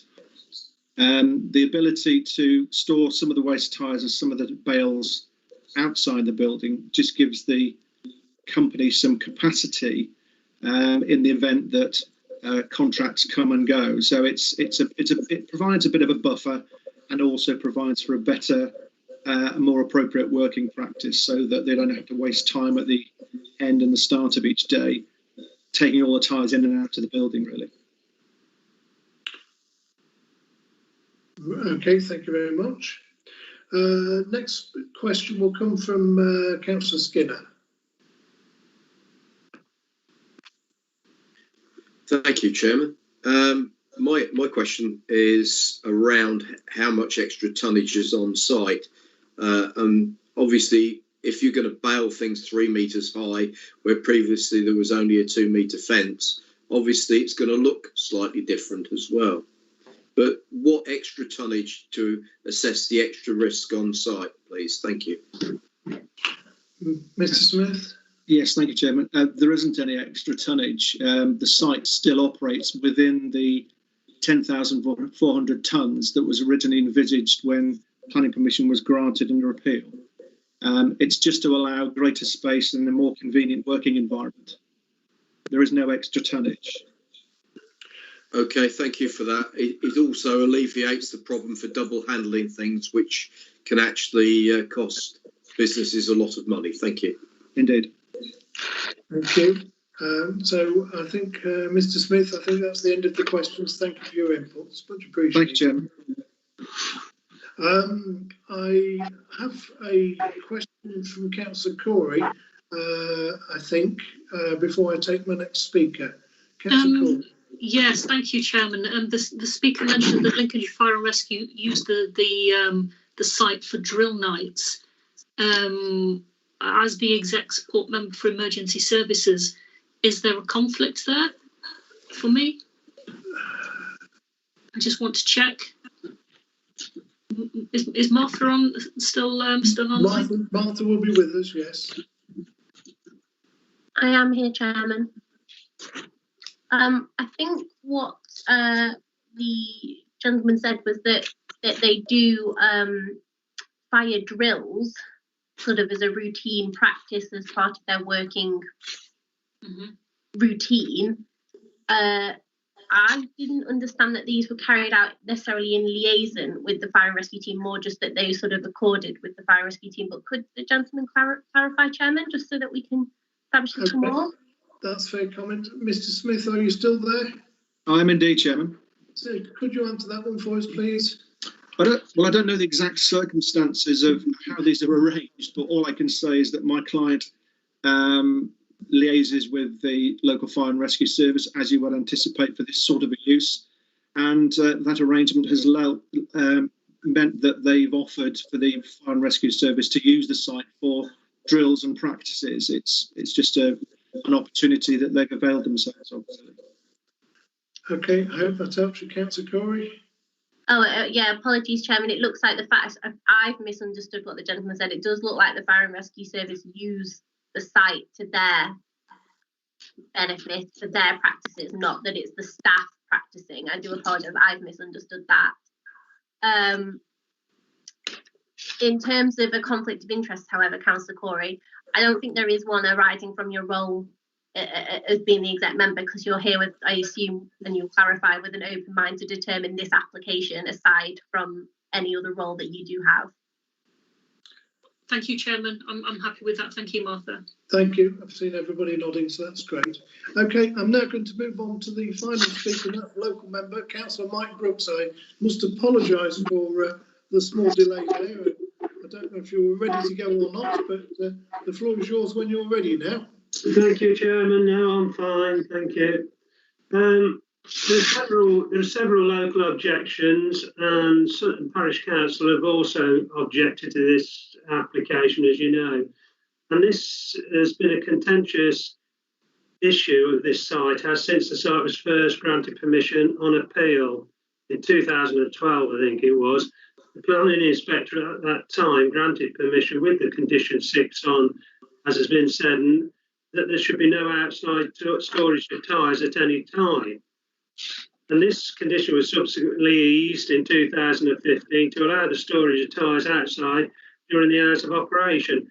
And I think the crux of the situation, the crux of the thing is that what's the difference between when the planning inspector put that condition on, what difference is that between then and now to the effect on the local amenity, the effect on those people nearby whose local amenity is affected?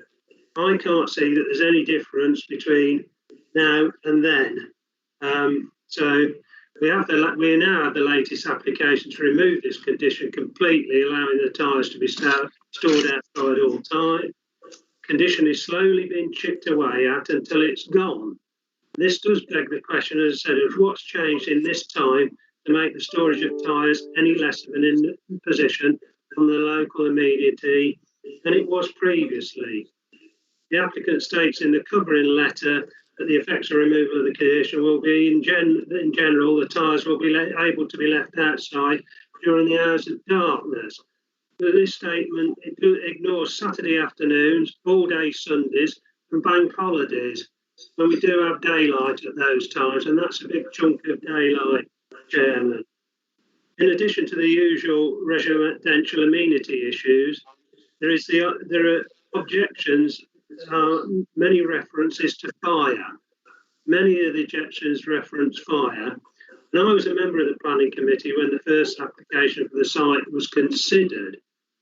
And in the early 2000s, a huge fire at a large tyre stack nearby in Curtin, which burned for several days, and people were evacuated from their homes and spent nights away with relatives and friends.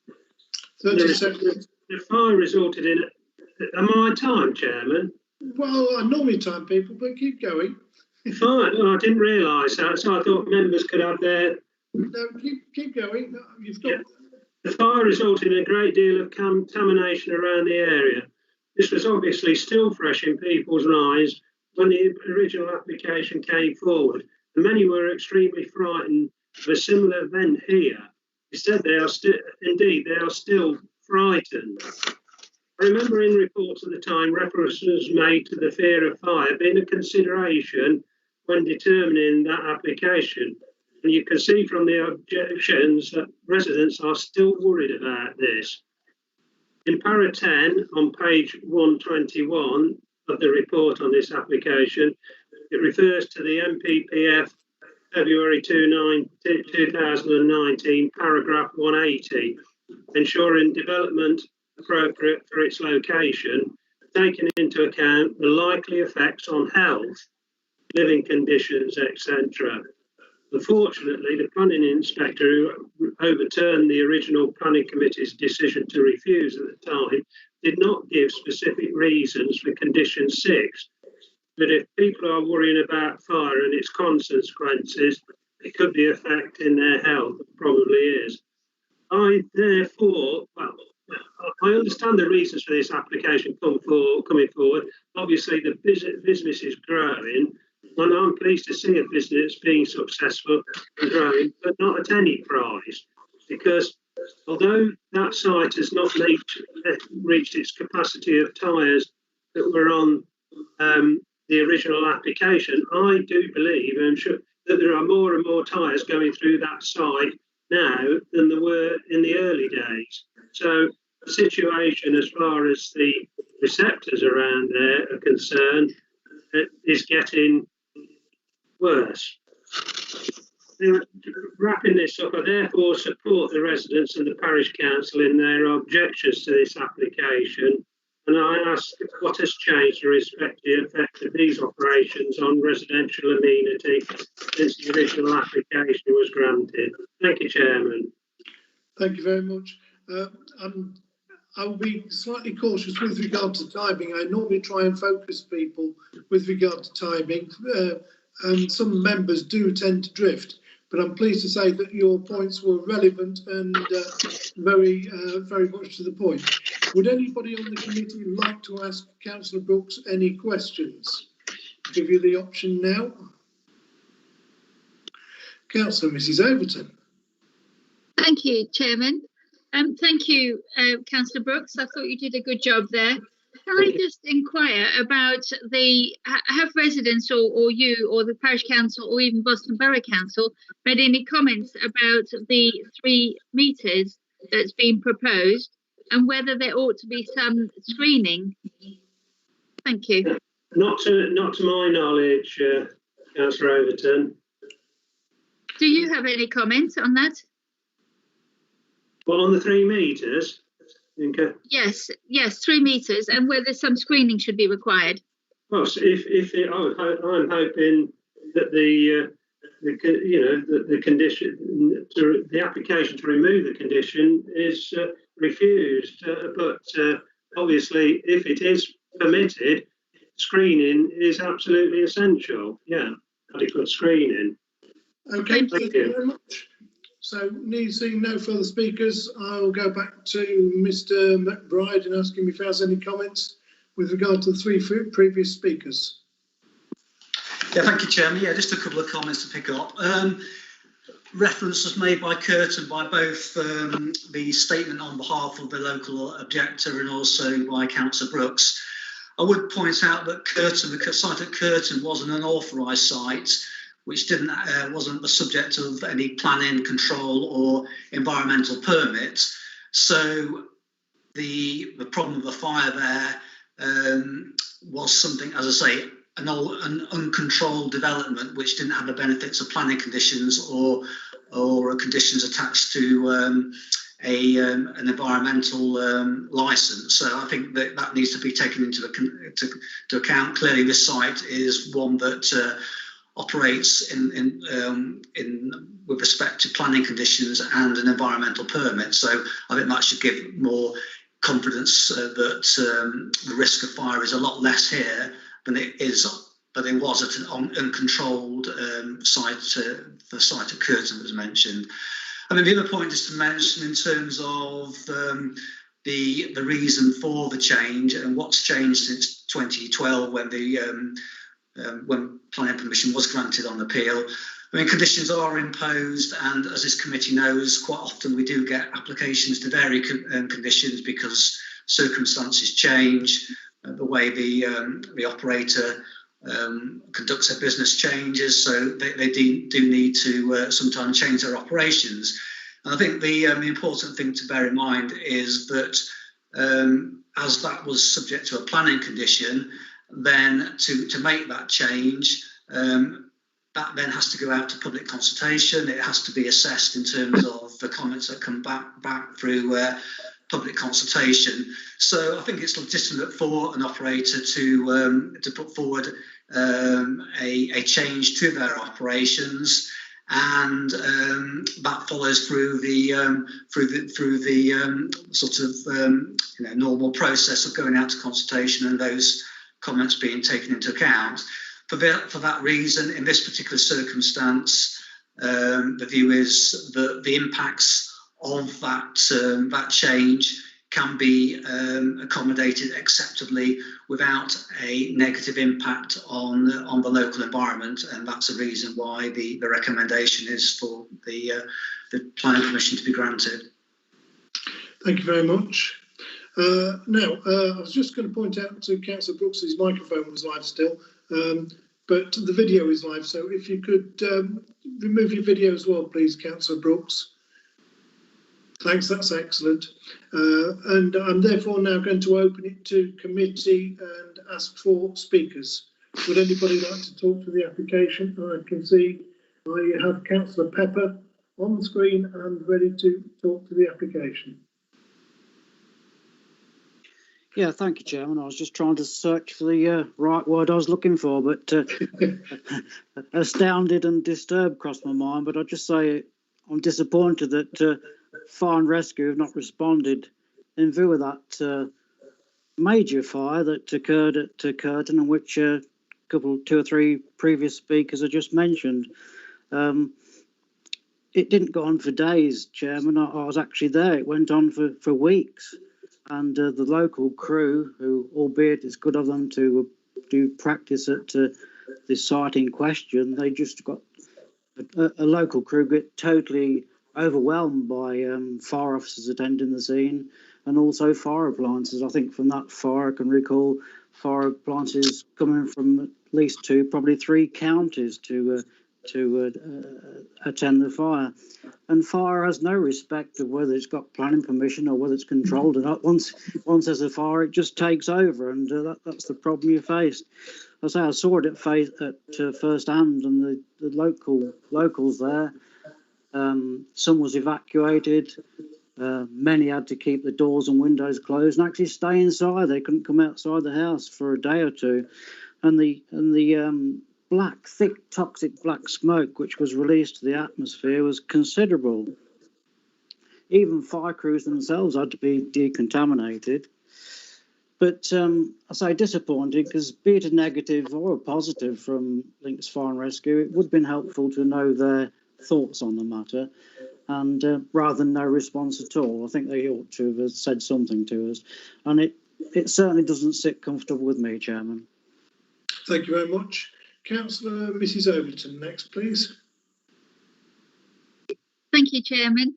I'm also quite unhappy with this application to have that condition lifted, and I am thinking. I realise I'm looking for the proper reasons, going through them, and I am disappointed at Fire and Rescue if they had come forward, and perhaps we should really actually be requiring that response.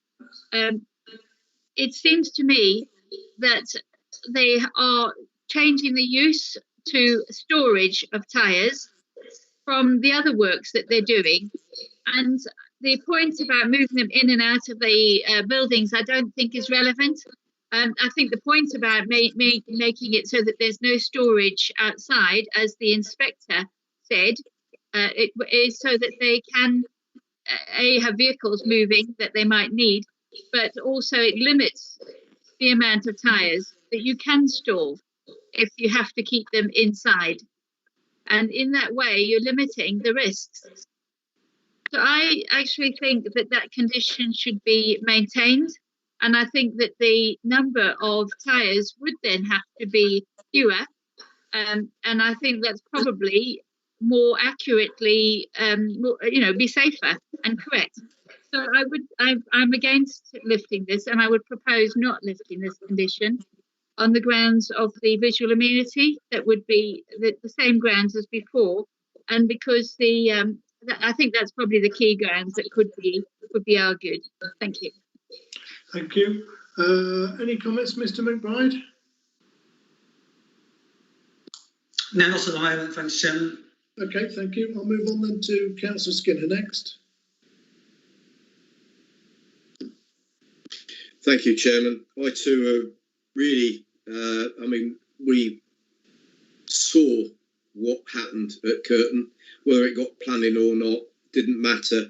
But Nigel was quite concerned about the smoke. Well, in actual fact, it gives cyanide off, carbon monoxide and sulphur dioxide. The biggest problem with dealing with that sort of fire, it's very difficult to cool down. And one of the ways is water with large diameter jets. But it's quite ironic that back end of last year, the Bradford fire, the results of what happened there, and that really closed Bradford down in certain parts for 2 or 3 weeks. There were 100 odd appliances there. I'm going to listen to the rest of the debate, but at this stage, I don't feel I can support the lifting of the restrictions. Thank you. Thank you. Councillor McNally next, please.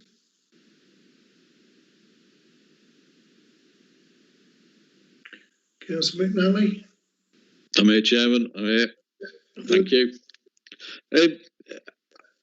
I think I'm half going to disagree with the fire stuff, really, because you can store it outside in the daytime, but at night there was putting it into the building. So while it's safer from sort of people throwing, petrol bombs or whatever into the site, actually, if a fire did start and it was outside and it's bailed and everything else, at least someone can go in there with a digger and make a fire break and push some stuff to the side. Whereas if it's in the building, I don't know. I'm unsure on that one. The one that the bit that I'm sort of a bit concerned about is the height of it and the sort of making sure that there's enough screening in place to compensate that. But that's my only sort of issue on that one. Thank you. Any comments, Mr. McBride? Yeah, just in terms of the height, just a confirmation that there would still be a condition imposed restricting the height of the material. So that would be proposed condition 6, which is the same as what currently applies to the material when it's stored externally during the day. So that height restriction would still be in place. As I say, that's currently requires the material to be stored at those heights at the moment, and that would be continued if permission was granted to remove the requirement to put the tyres back in the building at the end of the day. Thank you. Councillor Mrs. Newton next, please. Thank you, Chairman. Well, I've listened to this and I think it's a tough one. It's always good when a business expands, but I always believe you should take a lot of notice of your ward member. They're there full time, and I know Councillor Brooks is a very active ward member, and he's spent a lot of time looking at this. I feel that it's not good to raise the height of storage. The inspector's clearly taken a view and put conditions on, and that's why he overruled the planning committee last time, or he allowed it on appeal. Probably overruled's not right, but I'm not comfortable with this, and I won't be supporting that we pass it. Thank you. Okay, I don't believe there's anything for Mr. McBride to talk to there. Sorry, Chairman, can I just say that, just for clarification, this proposal isn't to increase the height of the storage, it's the duration. So the heights of the materials would be the same, it's just that they would be there for longer. Okay, thank you. So I have nobody else wishing to speak at this moment in time. I do believe I'm looking for somebody to move a recommendation of some description at some point. Councillor Mrs. Overton, you've raised your hand. Do you want to come back again? Thank you. Just to clarify, I did make a proposal, but I'm looking for it. I hope somebody would like to second it. The point I made is that if you did have to store it inside, you're going to have less there at one time, and the throughput is what makes the business money, not sitting out as a hazard outside. And what we're looking for is a good business to be throughput and having a small amount on site at any one time. So I think I hope somebody will second the proposal. Thank you. I'll second, Chairman. Thank you. Thank you. So that's seconded by Newton, Mrs. Newton. Okay, Councillor Pepper, please. Thank you, Chairman. Just if I could come back, just to give some perspective of these types of fires. I can recall the fire chiefs at that one at Curtin set up their command and control centre some 50 metres away from the fire. But in a state of panic throughout the fire, the command control centre had to be yanked out the way to another 50 metres away because the heat got so intense, and there was thoughts the actual command and control centre might even catch fire. So there's no chance of going through it with a forklift truck or whatever to make a parting of the waves. Thank you. Councillor Ashton next, please. Thank you, Mr. Chairman. Yeah, I was going to add my voice in support of refusing this application. Much as it pains me to do so, seeing as this is a good local business, that Councillor Brooks has made many valid points in his presentation to us this afternoon. And fundamentally, conditions are put in place for a reason. I always worry when they start being eroded away bit by bit. And I think public confidence in the planning process gets eroded when conditions are taken off. And obviously they can be taken off if circumstances change. The reason for keeping for having that condition in place no longer exists, but I'm not convinced that the reasons have gone away. The neighbourhood amenity at this location is every bit as important today as it was when the inspector made his decision what looks to be a few years ago now.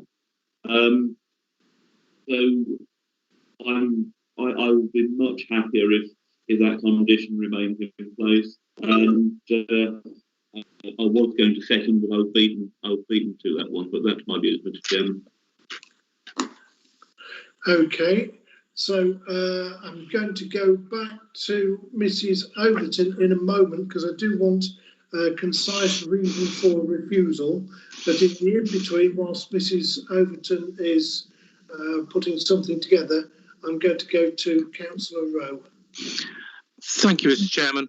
I'm not sure I think I have fully understood this. Basically, we're talking about the difference of storing tyres overnight outside rather than storing them inside. If there's a fire and it's an inside, there's still the same amount of tyres are going to burn. So I don't see much difference there. Yeah, okay, so you might see these tyres outside at night, but you're going to see them during the day anyway. There's no difference in the height that the tyres are going to be stacked. So all we're doing is allowing a company not to have to put tyres to bed at night and to leave them out. Surely stood outside, not having to be moved every day is far safer than having to move tyres in and out. And other than maybe arson, is probably safer from a fire point of view being stood outside rather than inside a building with all the electrical equipment in there anyway. So I would very much support the officer's recommendation to allow them to be left outside. Thank you. Thank you. Mr. McBride, any comments at this stage? No, thank you, Chairman. Okay. My view tends to go along the same routine as Councillor Rose, in that it is, if you like, an additional operation whereby they are, in fact, if anything, more of a hazard by actually moving everything about, churning everything around the yard. So I seem to think this is an additional workload that is being offered to the company. There is no difference, as you quite correctly said, Steve. There is no difference in the volume of tyres. It's just an extra activity that needs to be carried out twice a day. So I'm going to go back to Councillor Mrs. Overton and ask her for you're wanting to refuse this, and you did put forward a comment with regard to visual amenity, but if you can consolidate that comment for me. Mrs. Newton suggested she was going to second it, so let's just check your original reason for refusal. and that Mrs Newton is happy. And then Mr McBride will have a chance to talk to that item. Councillor Mrs Newton, Chairman. Sorry, Councillor Mrs Newton, apologies. Thank you. I've had having a look. I think the easiest one, the most straightforward, would be to use the same grounds that the inspector used, and that's on paragraph 3 on page 118, where he refers to the residential amenity and character of the area, which I think is policy DM6, as on page 122 at the top. And that would probably be the most straightforward. And the reasoning given would be to make sure that there is a safeguard to the character. He does also go on to suggest about the provision of vehicles within the site and the adequate risks of pollution, which I would support. But the problem with that is we haven't got the expert evidence to support. So I would like to use, I take advice if that was reasonable to use that. But certainly I think we're at least clear on using the same grounds that the inspector used previously. And I actually think there is a difference, because I think it's the same number, talk about the same number of tyres. I think the point is that you would have to have fewer if you were taking them in and out every day, or indeed if you just kept them inside and didn't bother putting them out. So I think that's why I think it's also quite a useful condition. Thank you. Thank you very much. Councillor Mrs Newton, are you happy with that? Yeah, yes, I'm happy with that, Chairman. I think it covers some of the points that Councillor Brooks made as well. Thank you, Chairman. Thank you very much.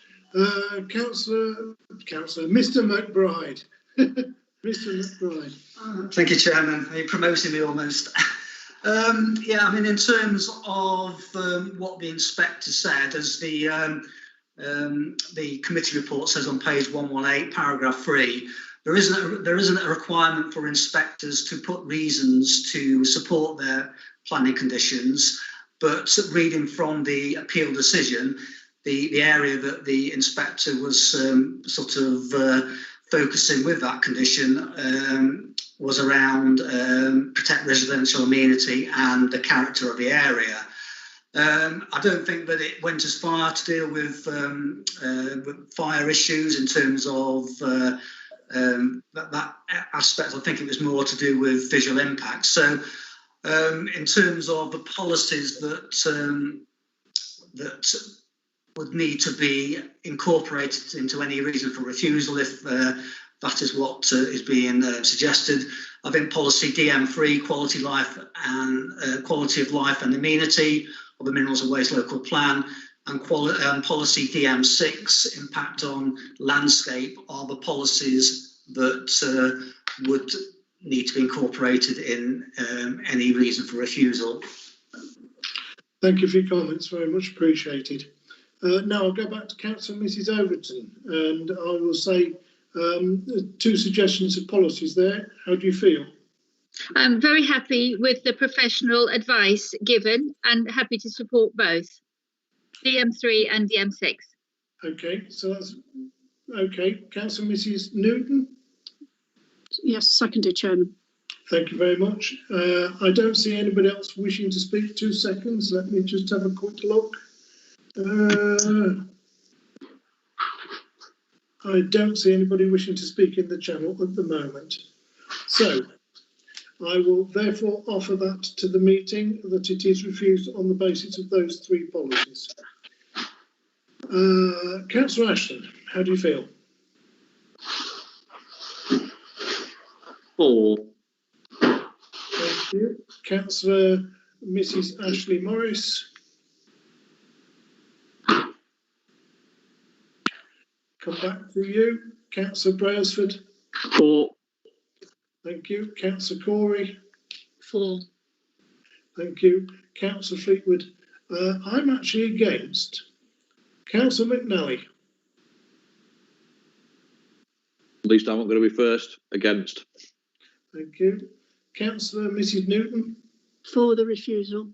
Thank you. Councillor Mrs Overton. For refusal, thank you. Thank you. Councillor Pepper. For. Thank you. Councillor Reid. Against. Thank you. Councillor Renshaw. 4. Thank you. Councillor Rowe. I am against the refusal. Thank you. Councillor Skinner. 4. Thank you. Councillor Spratt. 4. Thank you. Councillor Storer. Sorry, I didn't catch that. Can you go again? Thank you. And finally, again, go back to Councillor Mrs. Ashley Morris. 4. Thank you. So I'll just do a quick count there, and I've got 1, 2, 3, 10 for, 5 against. So therefore, that item is refused. Chairman, can I just come back to you? I think the way that we do this now is that we will now need to bring a report to the next committee, setting out basically. Obviously, we've been given the sort of areas where the refusal is based on. So we will bring back a report to the next committee, setting out a reason for refusal, written up around those policies for the committee to confirm that captures what they're basically wanting to refuse the application on. Thank you very much. That's very sound practice. Councillor Mrs. Overton, you have your hand up. Thank you. I was just wondering if we could give the officer permission to deal, perhaps in conjunction with yourself. Thank you, or with yourself and me and Angela Newton. I'm quite happy for it to come back, but Mr. McBride, are you happy? I think that when we have overturns in terms of the officer recommendation is changed, then it needs to come back to the committee. So I think we should follow that practice. So we'll work on that basis. Yeah, I'm quite happy for it to come back, so no problems. Okay, well, thank you very much. So that one, therefore, is rejected. But the reasoning behind it, or the logic behind it, will come to the next committee. So, seeing no further business, I'd like to thank you all for attending and wish you a safe day, whatever you get involved in today. Enjoy your day. Thank you for being here.